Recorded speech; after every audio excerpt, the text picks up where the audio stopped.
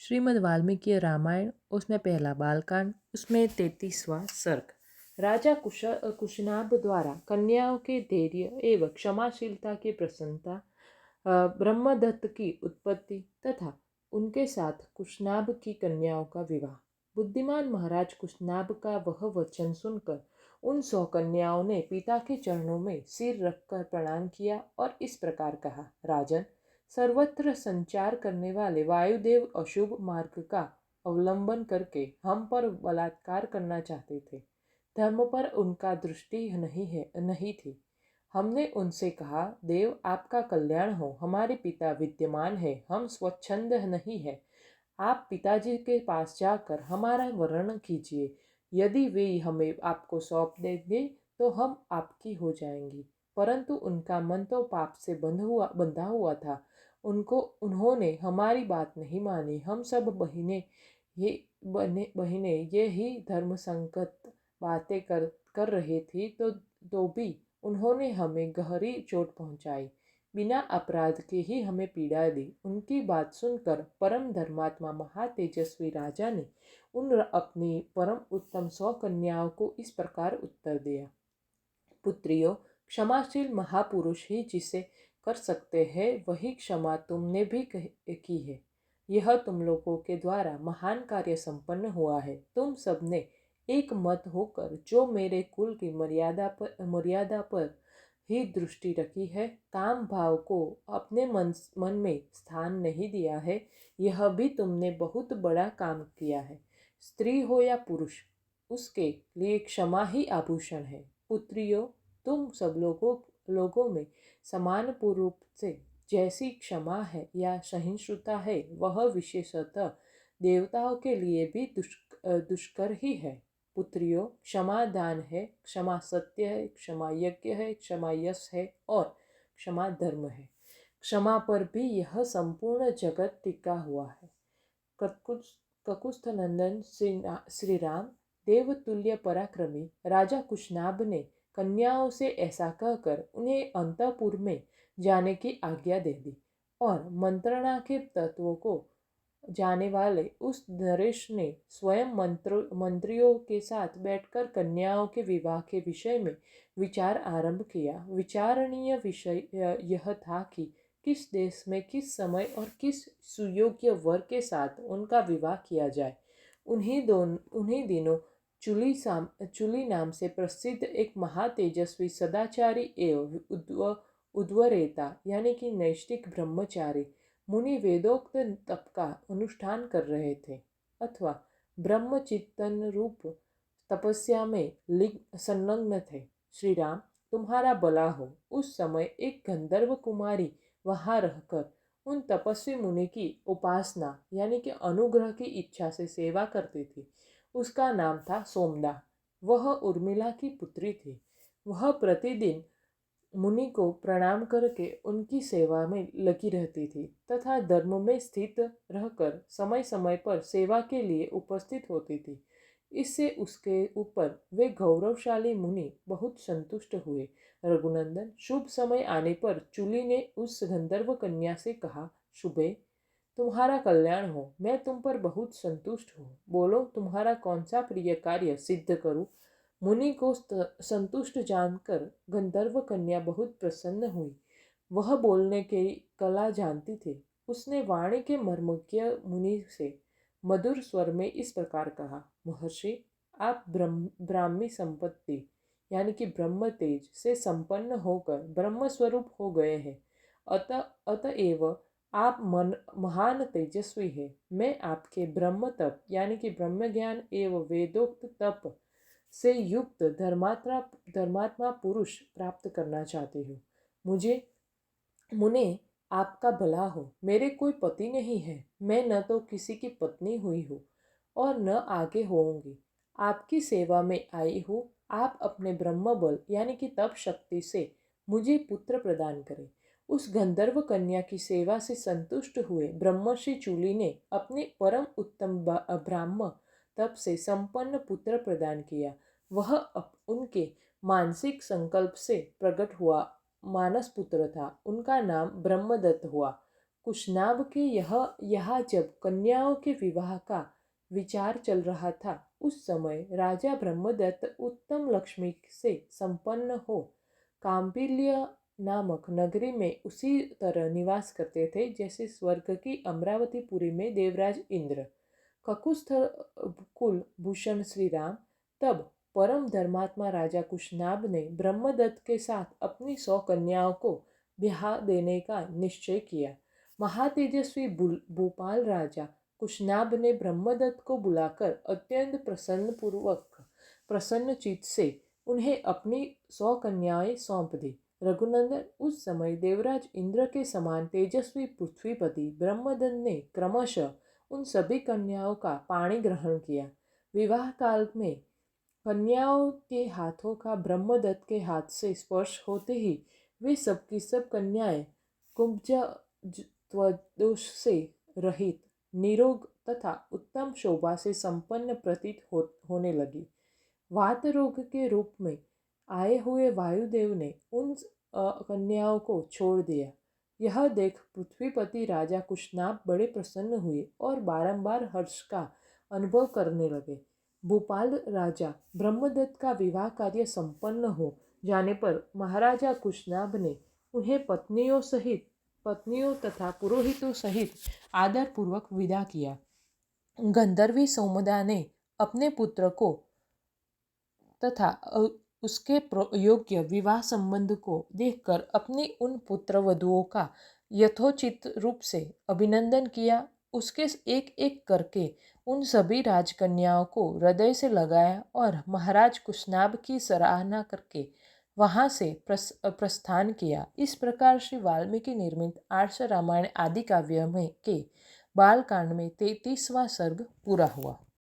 श्रीमद् वाल्मीकि रामायण, उसमें पहला बालकांड, उसमें 34वां सर्ग गांधी की उत्पत्ति, कौशिकी की प्रशंसा, विश्वामित्र जी का कथाबंध करके आधी रात का वर्णन करते हुए सबको सोने की आज्ञा देकर शयन करना। रघुनंदन, विवाह करके जब राजा ब्रह्मदत्त चले गए तब पुत्रहीन महाराज कुशनाभ ने श्रेष्ठ पुत्र की प्राप्ति के लिए पुत्रेष्टि यज्ञ का अनुष्ठान किया। उस यज्ञ के होते समय परम उदार ब्रह्मकुमारी महाराज कुश ने भूपाल कुशनाभ से कहा, बेटा, तुम्हें अपने समान ही परम धर्मात्मा पुत्र प्राप्त होगा। तुम गांधी नामक पुत्र प्राप्त करोगे और उसके द्वारा तुम्हें संसार में अक्षय कीर्ति उपलब्ध होगी। श्री राम पृथ्वीपति कुशनाभ से ऐसा कहकर राजश्री कुश आकाश में प्रविष्ट हो सनातन ब्रह्मलोक को चले गए।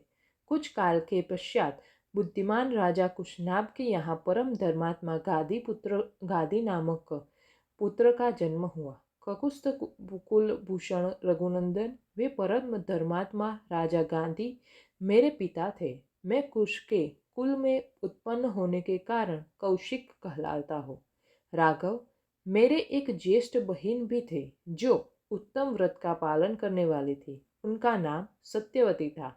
वह रुचिक मुनि को ब्याही गई थी। अपने पति का अनुसरण करने वाली सत्यवती शरीर सहित स्वर्गलोक को चली गई थी। वही परम उदार महानदी कौशिकी के रूप में भी प्रकट होकर एक भूतल पर प्रवाहित होती है। मेरी वह बहन जगत के हित के लिए हिमालय का आश्रय लेकर नदी रूप में प्रवाहित हुई। वह पुण्य सलीला दिव्य नदी बड़ी रमणीय है। रघुनंदन, मेरा अपनी बहन कौशिकी के प्रति बहुत स्नेह है, अतः मैं हिमालय के निकट उसी के तट पर नियम पूर्वक बड़े सुख से निवास करता हूँ। पुण्यमयी सत्यवती सत्य धर्म में प्रतिष्ठित है। वह परम सौभाग्यशाली पवित्रता देवी यहाँ सरिताओं में श्रेष्ठ कौशिकी के रूप में विद्यमान है। श्री राम, मैं यज्ञ संबंधी नियम की सिद्धि के लिए अपनी बहन का सानिध्य छोड़कर सिद्धाश्रम में आया था।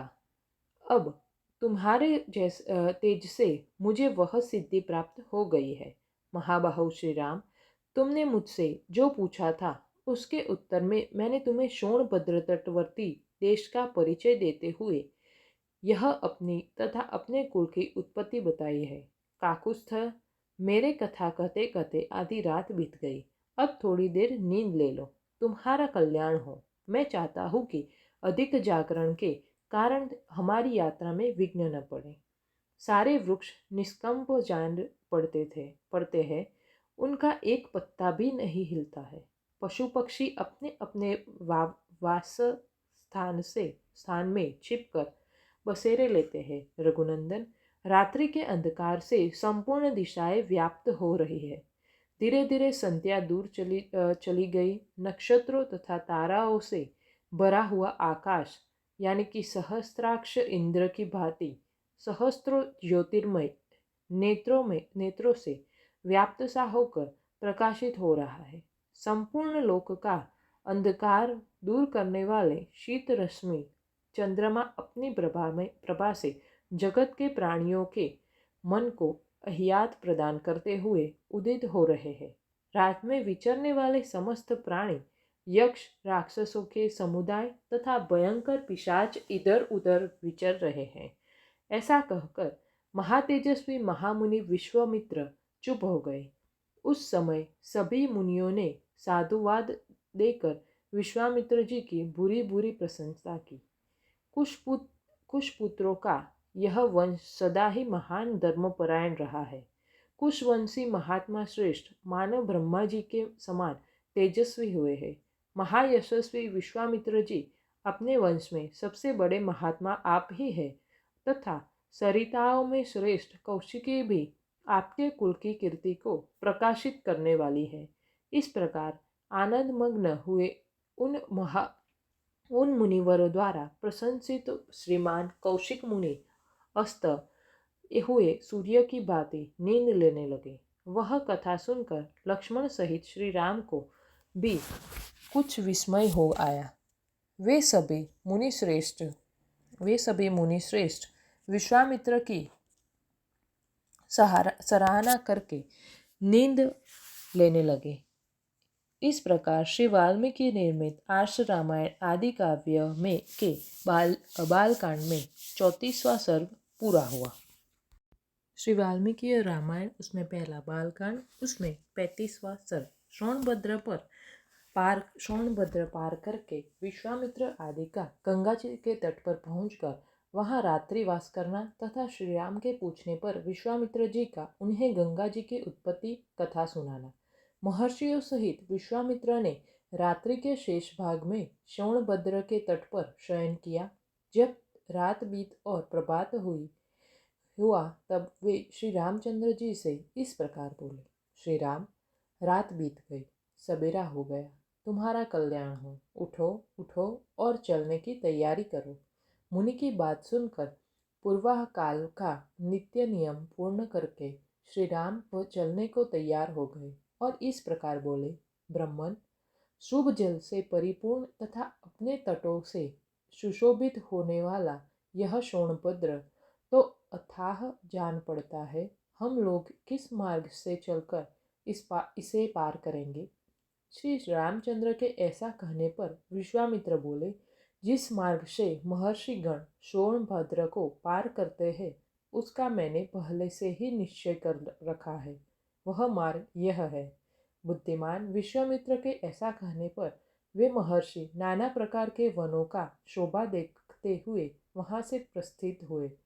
बहुत दूर का मार्ग तय कर लेने पर दोपहर होते होते उन सब लोगों ने मुनिजन सेवित सरिताओं में श्रेष्ठ गंगा जी के तट पर पहुंचकर उनका दर्शन किया। हंसों तथा सारसों से सेवित पुण्य सलीला भागीरथी का दर्शन करके श्री रामचंद्र जी के साथ समस्त मुनि बहुत प्रसन्न हुए। उस समय सबने गंगा जी के तट पर डेरा डाला। फिर विधिवत स्नान करके देवताओं और पितरों का तर्पण किया। उसके बाद अग्निहोत्र करके अमृत के समान मीठे हविष्य का भोजन किया। तदंतर वे सभी कल्याणकारी महर्षि प्रसन्न चित्त हो महात्मा विश्वामित्र को चारों ओर से घेर कर गंगा जी के तट पर बैठ गए। जब वे सब मुनि स्थिर भाव से विराजमान हो गए तब और श्री राम तथा लक्ष्मण की यथा योग्य स्थान पर बैठ गए। तब श्री राम ने प्रसन्नचित होकर विश्वामित्र जी से पूछा, भगवान, मैं यह सुनना चाहता हूँ कि 3 मार्गों से प्रवाहित होने वाली नदी, ये गंगा जी, किस प्रकार तीनों लोकों में घूमकर नदों और नदियों के स्वामी समुद्र में जा मिली है। श्री राम के इस प्रश्न द्वारा प्रेरित हो महामुनि विश्वामित्र ने गंगा जी की उत्पत्ति और वृद्धि की कथा कहना आरंभ किया। श्री राम, हिमवान नामक एक पर्वत है जो समस्त पर्वतों का राजा तथा सब प्रकार के धातुओं का बहुत बड़ा खजाना है। हिमावंती वहां की 2 कन्याएं हैं जिनके सुंदर रूप की इस भूतल पर कहीं तुलना नहीं है। मेरु पर्वत की मनोहारिणी पुत्री मैना हिमावंती प्यारी पत्नी है। सुंदर कटी प्रदेश वाली मैना ही उन दोनों कन्याओं की जननी है। रघुनंदन, मैना के गर्भ से जो पहली कन्या उत्पन्न हुई वही ये गंगा जी है। ये हिमावंत की ज्येष्ठ पुत्री है। हिमावंत की दूसरी कन्या जो मैना के गर्भ से उत्पन्न हुई उमा उन नाम से प्रसिद्ध है। कुछ काल के पश्चात सब देवताओं ने देव कार्य की सिद्धि के लिए ज्येष्ठ कन्या गंगा जी को, जो आगे चलकर स्वर्ग से त्रिपथगा नदी के रूप में अवतरण हुई, गिरिराज हिमालय से मांगा।